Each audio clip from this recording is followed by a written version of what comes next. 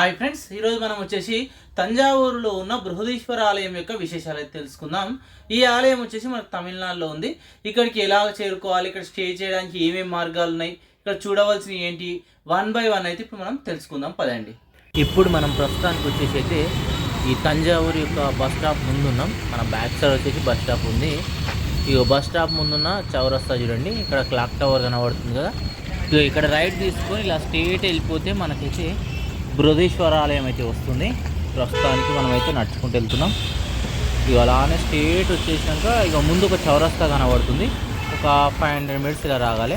అక్కడి నుంచి లెఫ్ట్ తీసుకుంటే మనకు ఆల్మోస్ట్ వచ్చినట్టే.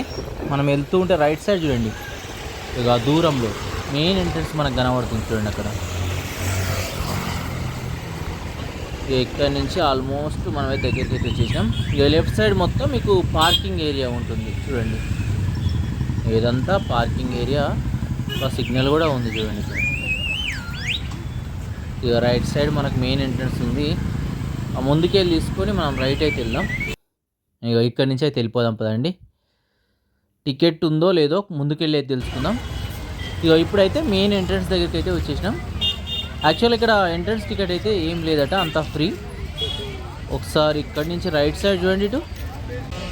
ఇగో ఇదంతా మనకు నీటితో నిండి ఉండేదట ఆ టైంలో. అంటే ఒక రాజకోట నిర్మించినట్టు ఈ తంజావూరు బృహదీశ్వర ఆలయాన్ని చూడండి. ఒకసారి మెయిన్ ఎంట్రన్స్ ఇది మొత్తం మనం 3 ఎంట్రన్స్ దాటుకుంటూ మనకు మెయిన్ ఆలయం దగ్గరికి వెళ్తాం అన్నట్టు. చూడండి ఇగో మెయిన్ ఎంట్రన్స్ దగ్గర ఉన్నాం. ఇక్కడ చెకింగ్ ఏం లేదు. ఇక్కడి నుంచి ఇలా కొంచెం ముందుకు వచ్చాక ఒకసారి ఇక్కడ చూడండి, ఇక్కడ చెకింగ్ ఉంటుంది ముందట. అయ్యో ఎట్లుంది చూడండి, సూపర్ ఉంది కదా, ఎంత అద్భుతంగా కట్టారో చూడండి. ఒకసారి ఇక్కడి నుంచి ముందుకైతే వెళ్దాం కదండి. దగ్గరికి వెళ్తూ ఉంటే ఇంకా బ్యూటిఫుల్ కనబడుతుంది చూడండి మనకు ఆలయం అయితే. ఇక్కడ వచ్చేసి ఆలయ నిర్మాణం యొక్క మ్యాప్ అయితే మొత్తం కనబడుతుంది చూడండి. మనం చూసినట్టు అన్నట్టు ఆలయం. ఇక్కడ ఆలయానికి సంబంధించిన హిస్టరీ మొత్తం క్లియర్గా రాసింది చూడండి ఇక్కడ. ఇదంతా ఆలయానికి సంబంధించిన హిస్టరీ. మనం ఇక రెండో ఎంట్రన్స్ దగ్గర ఉన్నాం. ఈ రెండో ఎంట్రన్స్ నుంచి కూడా లోపలికి వెళ్దాం. ఇక పైన చూడండి మొత్తం ఎంత బ్యూటిఫుల్గా మనకు కనబడుతున్నాయో నిర్మాణ శైలి. చాలామంది దేవతామూర్తుల విగ్రహాలు కూడా మనకు ఈ ఆలయ గోడలపైన చెక్ అయితే ఉంది. యాక్చువల్లీ ఈ ఆలయాన్ని మొత్తం మనకి ఏంటంటే ఓన్లీ మనకు గ్రానైట్తో మాత్రమే నిర్మించారు. ఎటువంటి డంగు సున్నము ఏది యూజ్ చేయలే. ఇప్పటికీ 1000 సంవత్సరాలు దాటిపోయినా ఈ ఆలయం మాత్రం ఇప్పటికీ చాలా చక్కగా కనబడుతుంది. వాళ్ళ కాలంలో ఎలా నిర్మించారో ఇప్పుడు అదే విధంగా ఉంది మనకైతే. ఇప్పుడైతే మనం 3వ ఎంట్రన్స్ దగ్గరికి అయితే వచ్చేసినాం. ఒకసారి ఇక్కడ నుంచి వ్యూ చూడండి. ఇక్కడ రైట్ సైడ్ ఒకసారి చూడండి. ఈ రైట్ సైడ్ వచ్చేసి చెప్పలు ఇట్లా పెట్టేసి అయితే వెళ్ళాలి మనము. లోపలికి అయితే అలవ్ లేవు చెప్పలు. ఇక ముందు ఈ విధంగా ఉంది వ్యూ అయితే. చిన్న గార్డెన్ లాగా ఏర్పాటు చేసేది. అక్కడి నుంచి వెళ్ళాలి మనం. ఇక్కడి నుంచి వచ్చినాం. క్లాక్ రూము, చెప్పల స్టాండ్ ఇక్కడనే 5 రూపీస్ తీసుకుంటారట. చెప్పలు అయితే అక్కడ పెట్టేసిన నేను. ఇక ఇక్కడి నుంచి మనం లోపలికి అయితే వెళ్ళిపోతున్నాం. ఇక ఈ ముందు వచ్చేసి మనకు చెకింగ్ అయితే ఉంటుంది. ఇటు సైడ్ చూడండి గార్డెన్ అయితే ఎట్లా కనబడుతుందో, బ్యూటిఫుల్గా ఉంది ఇక గార్డెన్. ఇక్కడ చెకింగ్ ఉంటుంది. బ్యాగు అవన్నీ క్లియర్గా చూపిస్తేనే లోపలికి అయితే అలో చేస్తారు. బ్యాగ్ సీట్లు అన్నీ తీసుకుపోవచ్చు, నో ప్రాబ్లం. సో చూడండి ఇక మెయిన్ ఎంట్రన్స్. ఇక ఇది దాటితే ఆలయంలోకి వెళ్ళిపోతాం. ఇగో మనం వచ్చింది అక్కడి నుంచి ఎలా కనబడుతుంది చూడండి, మొత్తం ఎర్రగా కనబడుతుంది. ఇప్పుడు వచ్చేసి మనం లోపలికి వెళ్ళిపోతున్నాం. ఇక్కడ గణనాథుడు ఉన్నాడు, దర్శనం చేసుకొని లోపలికి అయితే వెళ్తున్నాం. ఇక్కడ మరొకసారి చెకింగ్ అయితే ఉంది. అంటే పర్టికులర్ ఏం చెక్ చేస్తలేరు, ఆల్రెడీ అక్కడ మొత్తం చెక్ చేసారు. మనం లోపలికి వచ్చేసినాం చూడండి. ఆలయం చూడండి ఎంత బ్యూటిఫుల్గా కనబడుతుందో. ఇగో ఇక్కడ వచ్చేసి మీకు మొత్తం శాసనాలే కనబడుతాయి చూడండి వాల్స్ పైన. ఇగో పెద్ద పెద్ద స్టోన్స్ కదా, ఆ స్టోన్స్ పైన మీకు ఇటు సైడ్ అటు సైడ్ కూడా చూడండి మొత్తం శాసనాలే ఉంటాయి వాళ్ళ కాలం నాటి. ఇదంతా మనకు ఆలయం యొక్క వ్యూ చూడండి ఎంత బ్యూటిఫుల్గా కనబడుతుందో. ఇక్కడ నుంచి చూస్తే రాజులు ఏంటంటే వాళ్ళు ఒక కోటలాగా నిర్మించారు మనకు ఈ బృహదీశ్వర ఆలయాన్ని. ఇటు సైడ్ వచ్చేసి చిన్నగా ఏమన్నా కావాలంటే కొనుక్కోవచ్చు, ఐస్ క్రీమ్లు అవి దొరుకుతున్నాయి ఇక్కడ చూడండి. ఇటు సైడ్ మరొకసారి చూడండి, ఇక్కడ నుంచి వ్యూ ఎంత బ్యూటిఫుల్గా కనబడుతుందో ఆలయం. ఇక ఇక్కడ నుంచి మనం ముందుకైతే వెళ్దాం పదండి. ఇక ఆ ముందుకు వెళ్ళి చూద్దాం. ఆ సైడ్లో కూడా చూడండి మొత్తం ఈ వరండాలు అవి ఎంత బ్యూటిఫుల్గా కనబడుతున్నాయో. మనం అక్కడికి వెళ్ళి వచ్చినాం. మొత్తం 3 ద్వారాలు దాటుకుంటూ ఇక్కడికి వచ్చినాం. పైన చూడండి రెడ్డిష్లో ఎంత బ్యూటిఫుల్గా కనబడుతున్నాయో. ఇక ఇక్కడ నందీశ్వరుడు అయితే ఉన్నట్టున్నాడు. ఒకసారి ముందుకు వెళ్ళి చూద్దాం. ఒకసారి ఇక్కడ నుంచి వ్యూ అయితే చూడండి. ఇక్కడ నుంచి మనం ముందుకైతే వెళ్ళిపోతున్నాం. అక్కడ ఏదో బావి ఉన్నట్టు చూడండి, పెద్ద బావి కనబడుతుంది ఈ లెఫ్ట్ సైడ్. యాక్చువల్గా వీళ్ళు నిర్మించిన ప్రతి ఆలయంలో బావి అయితే ఉంటుంది. ఎయిట్ సైడ్కి వెళ్ళి చూస్తే మరొక విధంగా కనబడుతుంది వ్యూ అయితే. ఇక్కడ నుంచి చూడండి ఆలయ నిర్మాణము. యాక్చువల్గా ఈవినింగ్ అయింది కదా, ఆ సూర్యరశ్మి పడుతూ ఉంటే చూడండి మొత్తం ఎర్రగా ఎంత అందంగా కనబడుతుందో మొత్తం ఈ రాజగోపురాలు. ఇక్కడ చూడండి, ఇక్కడ వచ్చేసి మనకు నందీశ్వరుడు అయితే ఉంటాడు. మొత్తం బ్లాక్ స్టోన్తోని ఏకరాయితోని నందీశ్వరుని అయితే నిర్మించడం అయితే జరిగింది. ఒకసారి చూడండి ఎంత బ్యూటిఫుల్గా ఉన్నాడో నందీశ్వరుడు. ఈ నందీశ్వరుడు 20 టన్నుల బరువు అయితే ఉంటాడు చూడండి. 20 టన్నులు. మామూలుగా క్వింటాల్ అంటే 100 కిలోలు, టన్ అంటే 1000 కిలోలు, అంటే 20,000 కిలోలు ఉంటుందట చూడండి నందీశ్వరుడు. ఇక్కడి నుంచి చూస్తే ఆలయం వ్యూ ఈ విధంగా అయితే కనబడుతుంది చూడండి. పక్షులు చూడండి ఈవినింగ్ అయినాయి కదా, అటు ఇటు తిరుగుతున్నాయి. ఇక్కడ ఒక చిన్న ఆలయం అయితే ఉంది. ఇక్కడి నుంచి కొంచెం ముందుకైతే వెళ్ళిపోదాం. ఇక్కడ లెఫ్ట్ సైడ్ ఏదో దీపారాధన అయితే చేస్తారు భక్తులు అయితే అందరూ. ఇక్కడ నుంచి ఆలయం యొక్క వ్యూ అయితే ఈ విధంగా కనబడుతుంది. ఒకసారి మనం ఆ రైట్ సైడ్కి వెళ్ళి ఇలా లెఫ్ట్ సైడ్కి అయితే వచ్చేద్దాం. మరొక సైడ్ నుంచి ఎంట్రన్స్ ఈ విధంగా కనబడుతుంది, మెయిన్ ఎంట్రన్స్ అన్నట్టు. ఇక్కడ నుంచే మనం లోపలికి వెళ్ళాలి. ఎయిట్ సైడ్కి వెళ్ళి చూడండి, సైడ్ నుంచి చూపిస్తున్నా మీకు ఆలయం నిర్మాణం మొత్తం ఎంత బ్యూటిఫుల్గా ఉందో చూడండి. ఈ రాజగోపురం మొత్తము చూడండి మొత్తం 16 అంతస్తులు ఉంటుంది అన్నట్టు చూడండి. మెయిన్ గర్భగుడి ఉందా, మొత్తం 16 అంతస్తులు. మన ఇండియాలోనే అతిపెద్ద రాజగోపురం ఉన్న ఆలయం ఇదే అన్నట్టు చూడండి ఎంత గొప్పగా నిర్మించారో. ఇక్కడ నుంచి నడుచుకుంటూ మనం ముందుకైతే వెళ్తున్నాం. ఇక్కడ నుంచి చూడండి ఆలయ నిర్మాణాలు ఎంత చక్కగా కనబడుతున్నాయో. ఆ స్టేట్ నుంచి మనం ఇటైతే రావడం జరిగింది. ఈ సైడ్ నుంచి వ్యూ చూడండి ఎంత గొప్పగా కనబడుతుందో. ఈ ఆలయ చరిత్రకు వస్తే మాత్రం ఈ ఆలయాన్ని మనకేందంటే మొదట రాజేంద్ర చోళుడు అయితే నిర్మించడం జరిగింది.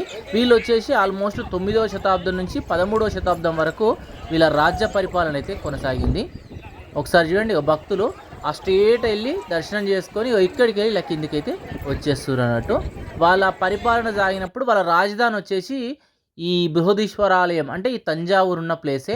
ఇప్పుడు వచ్చేసి చిన్న పట్టణంగా ఉండిపోయింది, కానీ ఒకప్పుడు వాళ్ళ రాజధాని మొత్తం ఇదే. కానీ రాను ఎందుకు ఇలా అయిపోయిందో తెలియదు.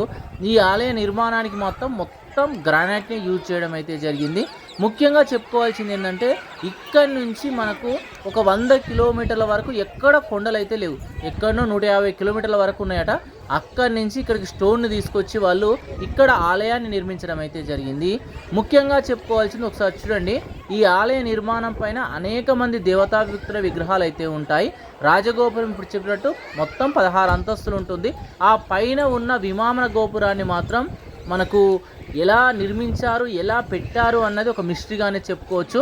ఆల్మోస్ట్ మనకు 82 టన్నుల బరువు ఉంటుందట చూడండి. ఒక క్వింటాల్ అంటే 1000 కిలోలు. అంత బరువు నా పైకి ఎలా చేర్చారనేది ఒక మిస్టరీగా అయితే చెప్పుకోవచ్చు. చుట్టూ చూడండి చిన్న చిన్న ఆలయాలు మీకు కనబడుతూ ఉన్నాయి. మనం అక్కడ ఆలయం నుంచి ఇక్కడికి వెళ్ళి వచ్చేసాం చూడండి. ఆల్మోస్ట్ మనం బ్యాక్ సైడ్ వచ్చినాం అన్నట్టు. ఇక్కడ వచ్చేసి మనకు చిన్నగా ఒకసారి చూడండి, మనం పూర్వకాలంలో నీళ్లు తోడుకోవడానికి బావి ఉండేది కదా, చేత బావి. ఆ బావి అయితే ఇక్కడ ఉంది.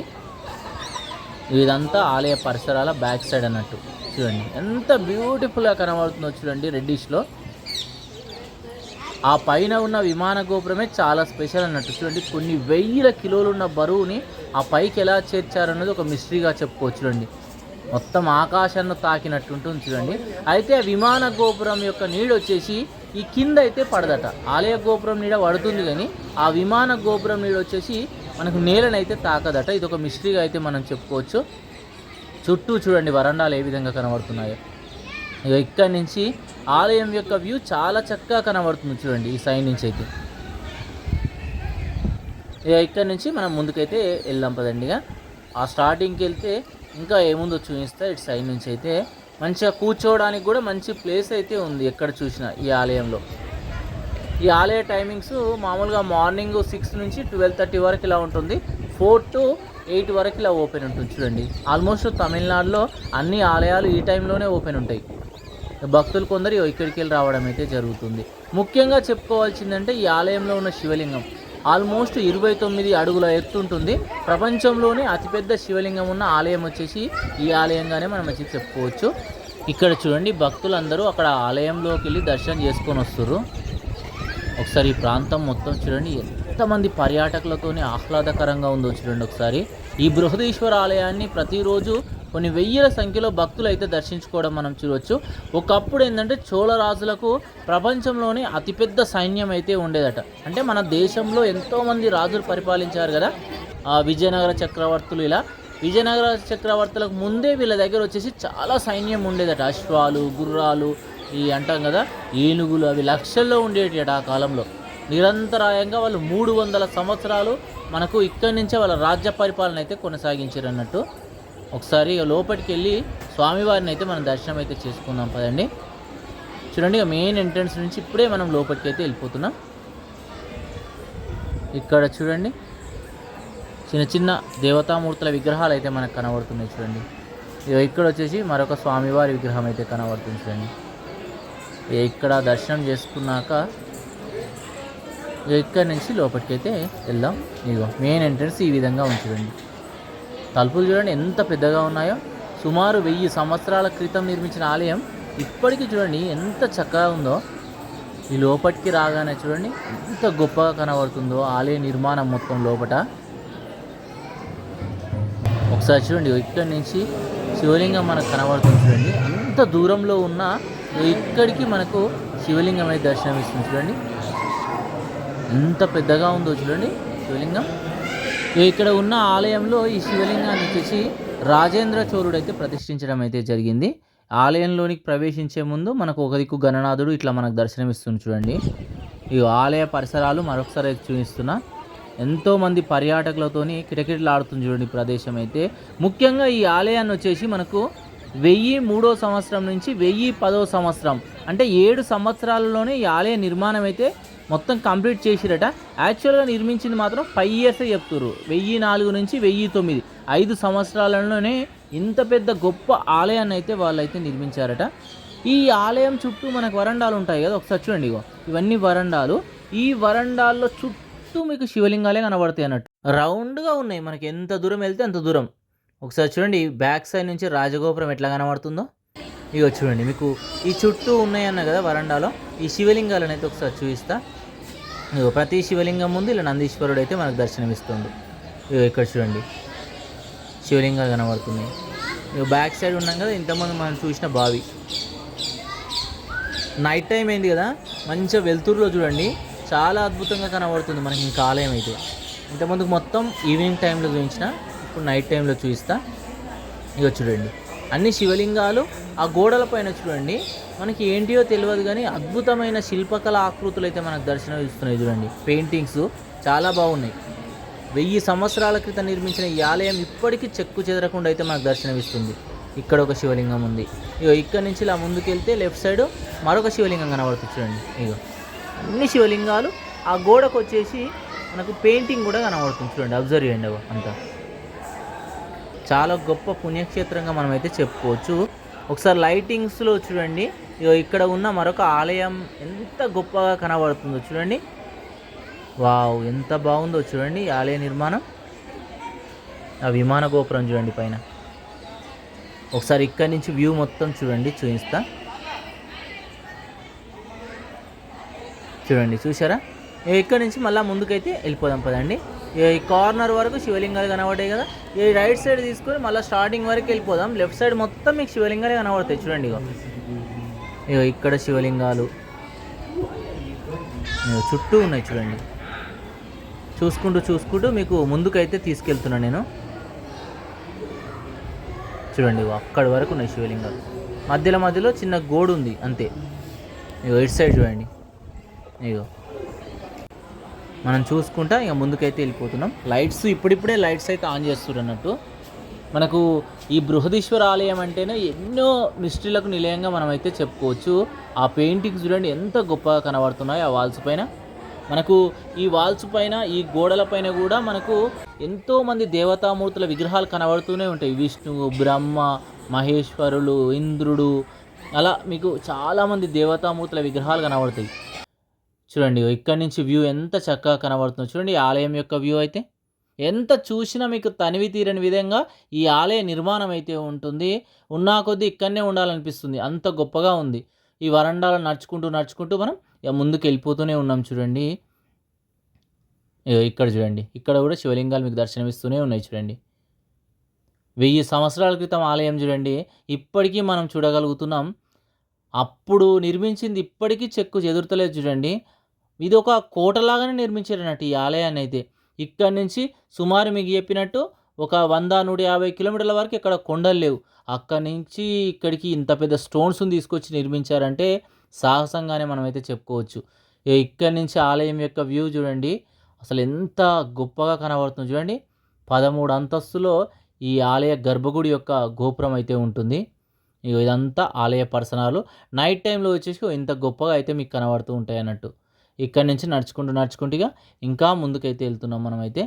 ఇక్కడ స్పెషల్ ఏంటంటే నందీశ్వరుడు, ఆ లోపల ఉన్న శివలింగము, ఈ ఆలయ నిర్మాణము, అసలు అంతా ఒక మిస్టరీగానే చెప్పుకోవచ్చు. మనకు మొత్తం ఈ అడుగు చూసినా మనకు ఒక అద్భుతాన్నే మనకు చూపిస్తూ ఉంటుంది ఎక్కడ చూసినా ఈ ఆలయ నిర్మాణం. చుట్టూ ఈ శివలింగాలు ఏంటి, అసలు మెరాకిల్ ఆలయంగా చెప్పుకోవచ్చు. ఎన్నో రహస్యాలను తన అమ్ముల పొదిలో అయితే ఈ బృహదీశ్వర ఆలయం అయితే మనకు దాచుకుంది అని మనమైతే చెప్పుకోవచ్చు. ఇక నైట్ టైంలో వచ్చేసి ఆలయం యొక్క వ్యూ ఇంత చక్కగా అయితే మీకు కనబడుతుంది చూడండి మరొకసారి. ఇక ఇక్కడి నుంచి మళ్ళీ ఇక ఫ్రంట్కి అయితే వచ్చేస్తున్నాం మనమైతే. ఫ్రంట్ నుంచి మరొకసారి వ్యూ అయితే చూపిస్తా చూడండి. ఇక ఫ్రంట్ నుంచి ఆలయం యొక్క వ్యూ అయితే ఈ విధంగా కనబడుతుంది. చోళులు నిర్మించిన ఒక గొప్ప ఆలయంగా చెప్పుకోవచ్చు. Thank you.